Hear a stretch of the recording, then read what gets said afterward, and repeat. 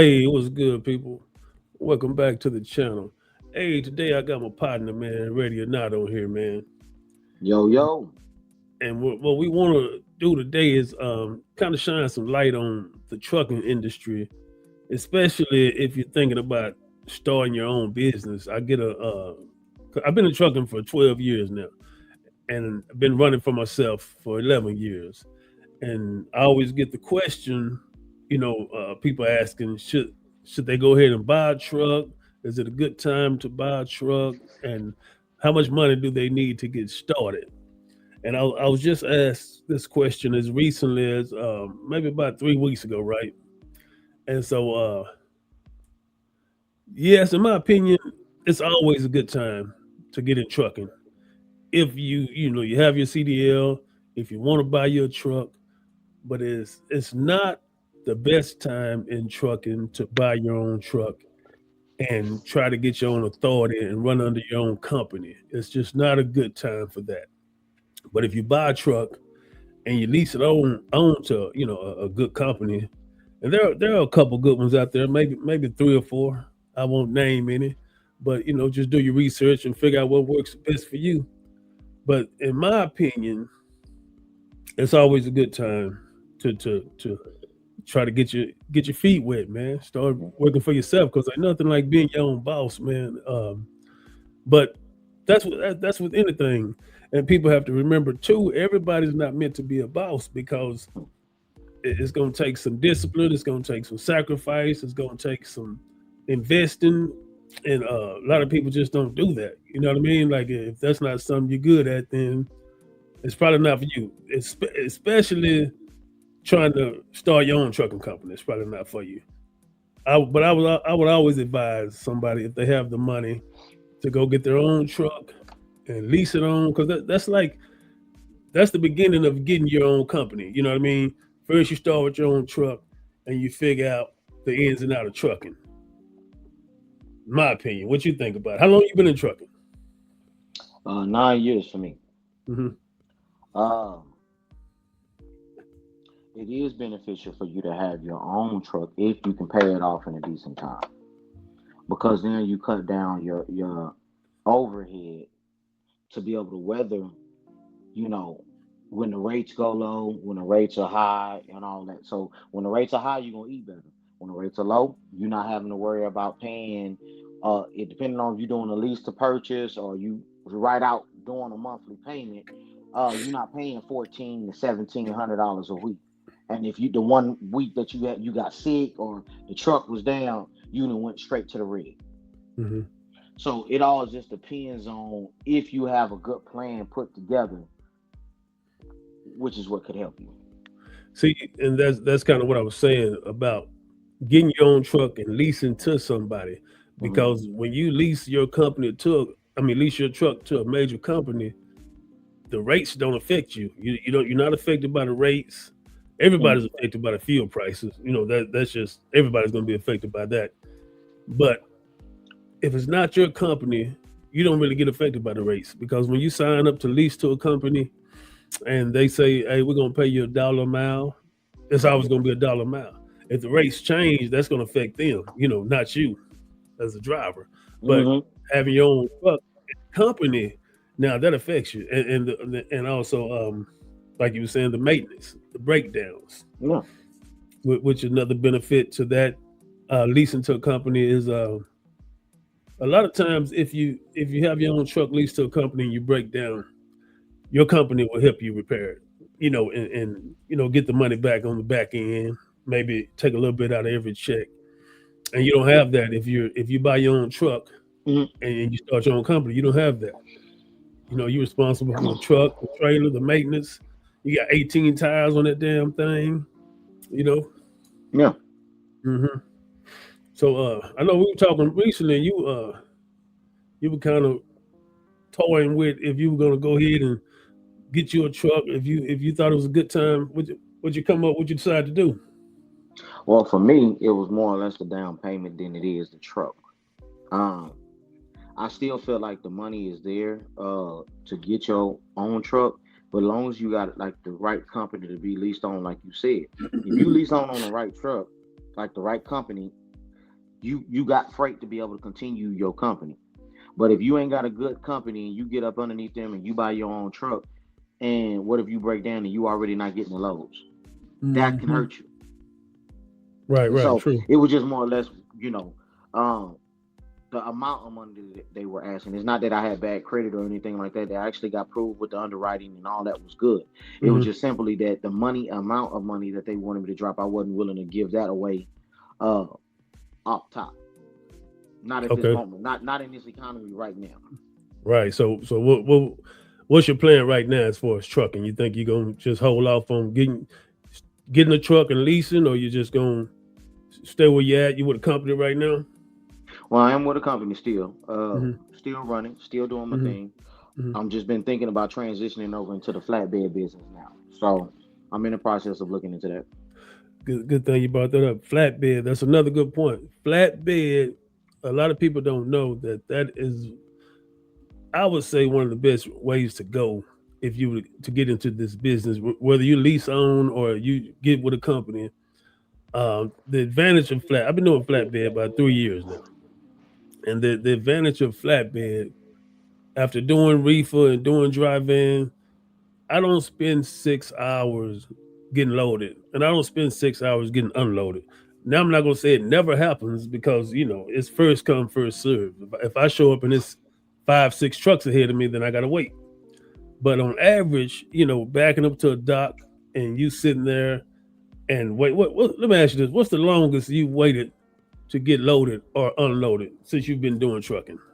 Whew, a day. A whole day. I got caught up a whole day, and especially like I said, one of the worst companies to go and deliver for, because they deal with the lumpers is like Dollar General. One of the Dollar worst General. companies. Mm-hmm. Uh, um, One of the worst shippers. all right. Well, receiving or shipping. Receiver, shipper, Now I don't receiver. know. I Yeah. don't know if they shipping.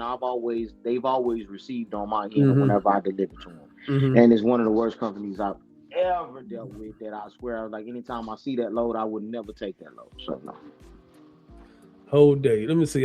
As far back as I can remember, it's been a minute since I did drive in, but I want to say 8 hours. I want to say I spent 8 hours just sitting in my truck, backed up to a door, waiting to be unloaded, and Mm, that was miserable because with the FMCSA they got these rules and these drive hours, mm, and you get so many hours on duty a day, and mm, and they don't care if you're sitting at a dock not driving, that time is still ticking. So the eight mm. hours that I spent at the dock ate into my drive time. So by the time I got unloaded, I got about 2 3 hours to make the drive, and then I'm stuck with this load to the next day and still got to do a 10-hour run. So that ate Right. up 2 days. But it also goes into clock management. So if you know, you really can't tell if it is or if it ain't gonna be that long when you Mhm. get to some of these facilities, because Exactly. you could be on time and before time. It's a game of hurry up and wait, Hmm. hurry up Hmm. and wait some more. Hmm. But reefer and drive in, I mean, like even with refrigerated freight, depending on who you go with or who you dealing with. Hmm. I've dealt with 10, 12 hour shifts where my whole clock reset for me. Going off duty, just sitting over there waiting on them.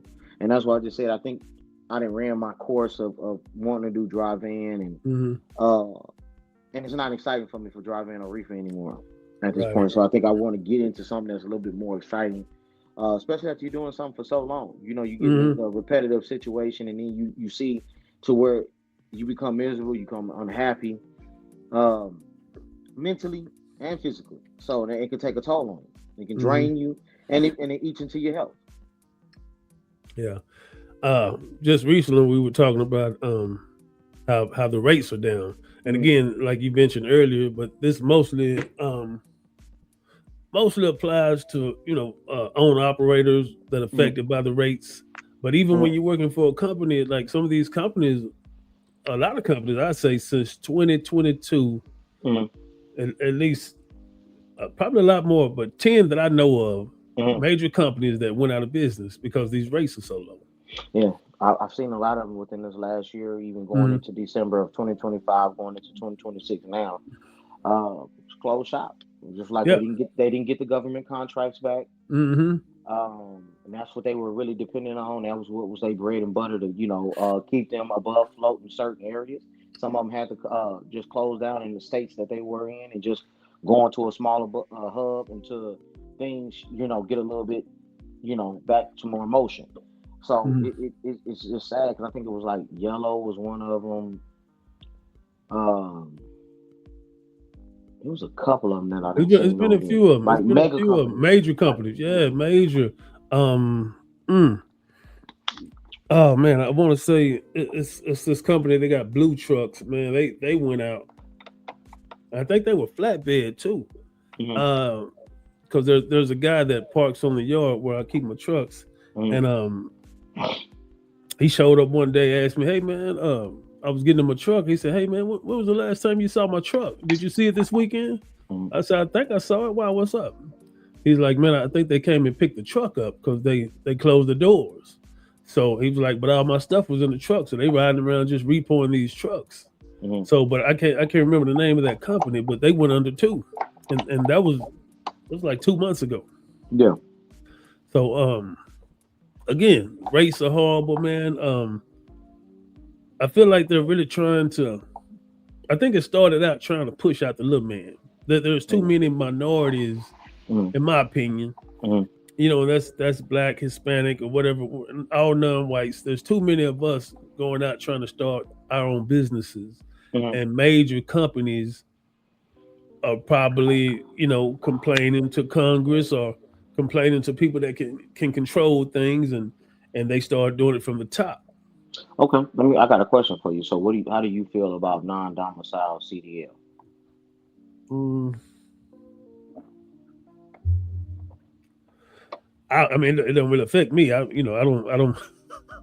Not I affecting don't you. Just how do you feel about that uh, being a topic because that is a hot topic right now. So, mm,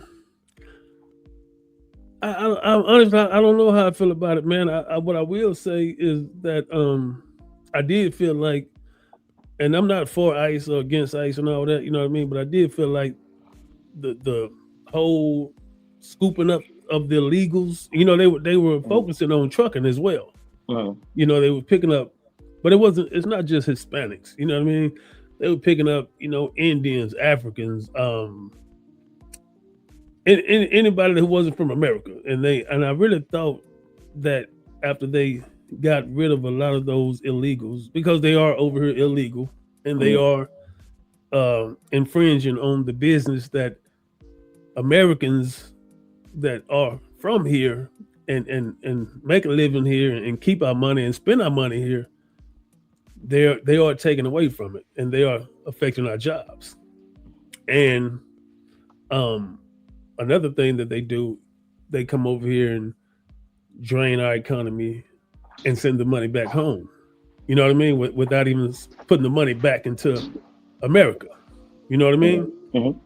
And I agree with you 100% on that. And that's my only flaw that I dislike about it because, okay, we already got a lot of communities that we have that's low income communities right now, and the kids, our children, don't get the proper, money being funded into those areas already as it is. And when you come in and Mm-hmm. you go and get a job and you take that money and then you go bring it to a whole nother country, that Mm-hmm. money's not being put back into the taxes properly because we know half of y'all not even paying taxes properly.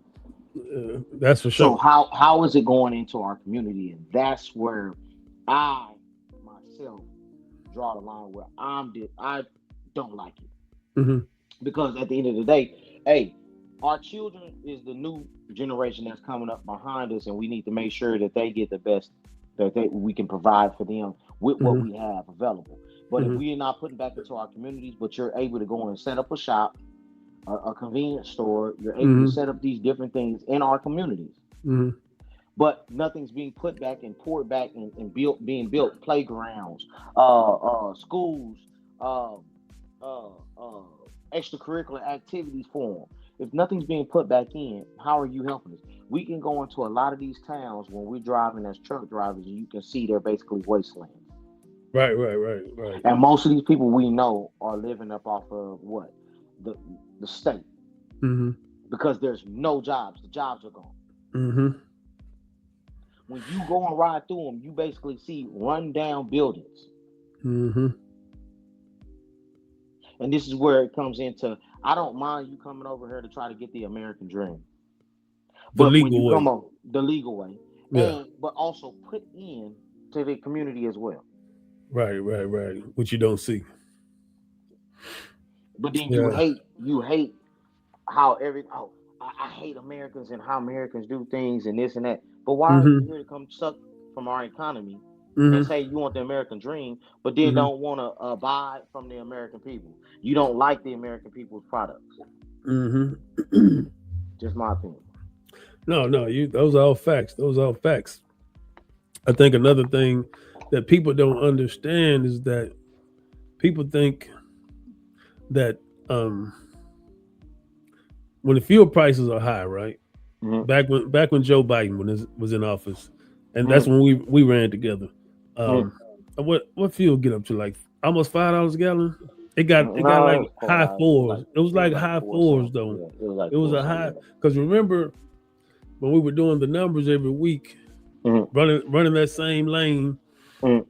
I think we were doing like 900 a week on gas, close to 1,000, Oh, we and definitely then was spending about 1,000, and then, like I yeah, said, we could and, have probably, and just depending on because we run so many different lanes, it was we like could have probably 900 we could have to maximized that 1,000. a little bit, but it's just the thing of not knowing where you're going and how long you're Yeah. gonna have to stay, and not hmm trying to run out of gas.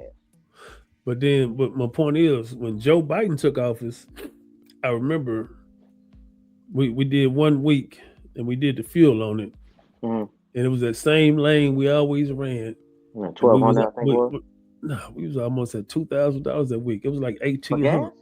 for fuel for that same lane, because everything doubled. You gotta Mm-hmm.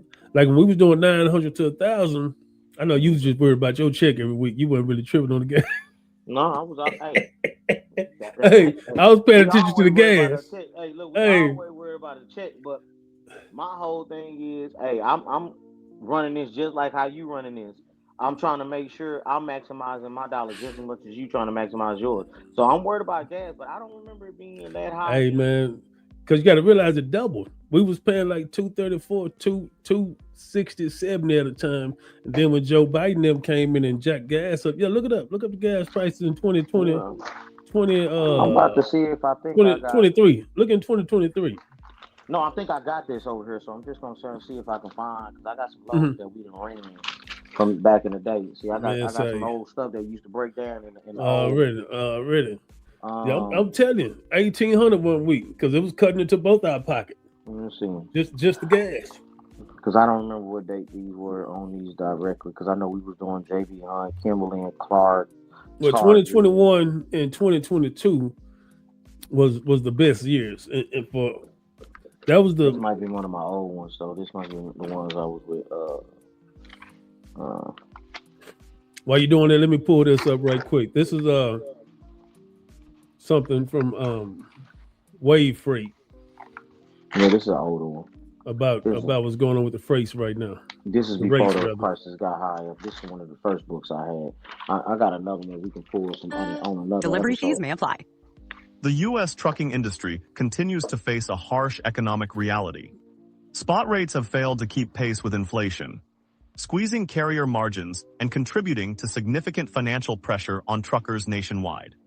Here is a clear visual of the disconnect. Spot trucking rates via the Sonar National Truckload Index overlaid against the Consumer Price Index CPI. Truckload spot rate Sonar, NTI.USA versus CPI Sonar, CPI USA, source go Sonar.com. As of mid-January 2026, national trucking spot rates are showing signs of strength following a late 2025 rally. With recent levels approaching multi-year highs, the National Truckload Index is at $2.75 per mile according to Sonar, inclusive of fuel. However, if spot rates had simply matched the cumulative growth in CPI since March 2020, before freight markets initially surged early in the pandemic, they would be significantly higher, closer to the equivalent of $3.50 per mile or more. That is a substantial gap of roughly 27%. This disparity is not abstract. It translates directly into real-world pain for owner-operators and small to mid-sized carriers, who bear the brunt of escalating operational costs. Fuel prices, truck maintenance, insurance, tires, driver wages, and regulatory compliance have all risen sharply since 2020. Yet revenue per mile has not kept up. Many truckers are operating at break-even or worse, with some exiting the industry entirely, a trend that has contributed to gradual capacity tightening observed in late 2025 and into early 2026. The chart highlights the dramatic post-pandemic trajectory. Spot rates peaked sharply in 2021 to 2022 amid supply chain chaos and booming demand. They then collapsed through 2023 and much of 2024, bottoming out well below pre-pandemic adjusted levels. Recent months have shown upward movement, with spot rates. That's pretty much a gist of what I was just saying.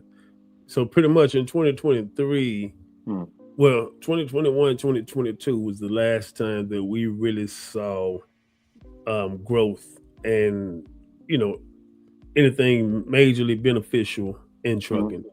Since then, everything is going up. Like the fuel is up, the every part that you got to put on your truck, including tires, is up. The maintenance is up. The insurance is up. So it's to a point where it's almost like truckers out here really living check to check, man. It ain't no really truckers are. You got to understand, everybody's pretty much probably bringing around between $700 and $1,100, $700 to $1,100 a week in this trucking game, unless you really just don't want no home time at all, and you want to be on here 6.5 days of just straight running, and then do your 34 exactly to the T. Which you got some people doing that. But if you got a family and you're trying to be at home and run you some local, like you say, you're lucky if you bring home $1,100-$1,200 a week. And that's really what the average of what everybody's seeing right now, while all the other trucking companies and the mega companies are really bringing in, because they got major contracts. So with them having major contracts, and then they only giving you a small portion of it, and after your taxes, your insurance and all that is taken out, you're not really walking away with much to really just, put yourself above what you used to. And you're in trucking. Look, might as well be at the warehouse. Oh yeah, and be at home. Yeah, for sure. Yeah. So instead out there on the road risking your life. But yeah, that was a good one, man. We can do some more research on it, man. And so to answer the question, I wouldn't advise anybody.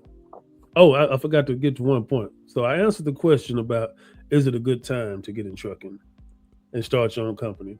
The question I didn't answer, a guy asked me, how much money do I need if I want to start my own company?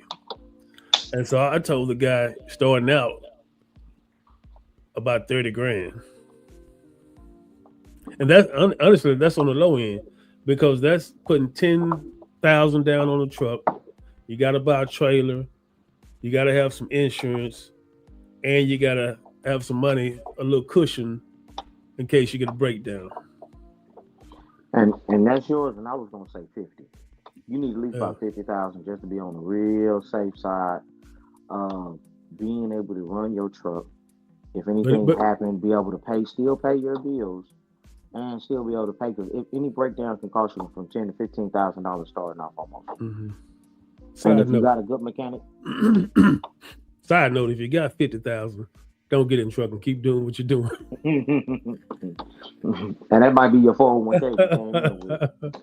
But shit, man, we're gonna wrap it up, man. So you can get to what you're getting to, man, and get to what I'm getting to, man. It's for sure. Ready or not. All right, bet. I'll let me.